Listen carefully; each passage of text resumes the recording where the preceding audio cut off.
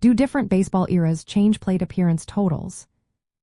Imagine stepping up to the plate and facing a different game every few decades. How much has the way players get to bat changed over time? Let's find out.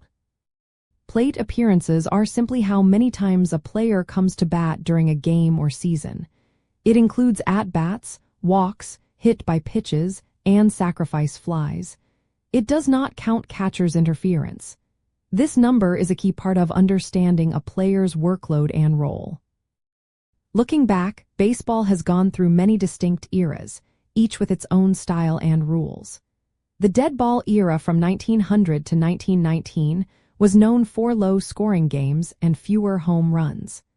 Players often had fewer plate appearances because games were shorter and teams played fewer games overall. Then came the live ball era from 1920 to 1945, which saw more offense and power hitting.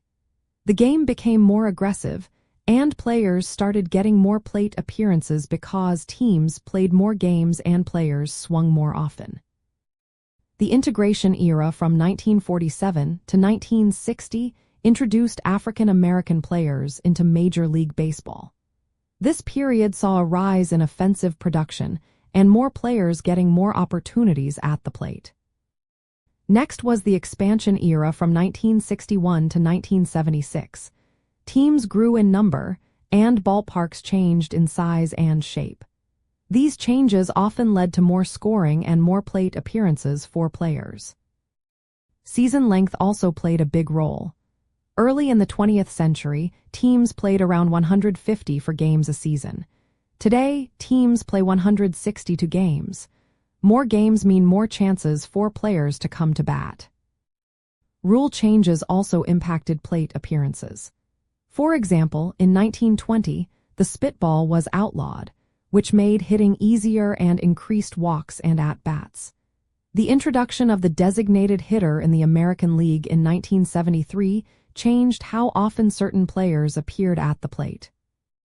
All these factors show that different eras definitely influence how many times players get to bat.